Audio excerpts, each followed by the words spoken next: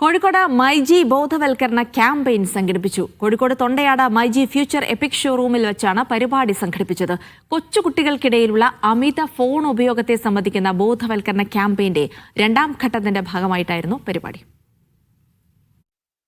Mobile ഫോണുകൾ വിൽക്കുമ്പോഴും കൊച്ചുകുട്ടികൾക്കിടയിലുള്ള അമിതമായ മൊബൈൽ ഫോൺ ഉപയോഗത്തിനെതിരെ more green time less screen time എന്ന സന്ദേശമാണ് മൈജി മുന്നോട്ട് വെച്ചത്. ചേവായൂർ ഗവൺമെന്റ് LP സ്കൂളിലെ വിദ്യാർത്ഥികളും അധ്യാപകരും പരിപാടിയിൽ പങ്കെടുത്തു. കോഴിക്കോട് നാഷണൽ ഹോസ്പിറ്റലിലെ പീഡിയാട്രിഷ്യൻ ഡോക്ടർ നിമിഷ PM-ന്റെ നേതൃത്വത്തിൽ ക്ലാസും ഇന്ററാക്ഷൻ സെഷൻസും നൽകി. നമ്മൾ ആ ക്യാമ്പയിനിങ്ങിന്റെ പേര് തന്നെ ഫോൺ വേണ്ട ക്യാപ്ഷനായിട്ട് കൊടുത്തിട്ടുള്ളത് less screen time more green time എന്ന് പറഞ്ഞിട്ടാണ്. അതായത് അവർ പച്ചപ്പുകൾ കണ്ട് വളരട്ടെ.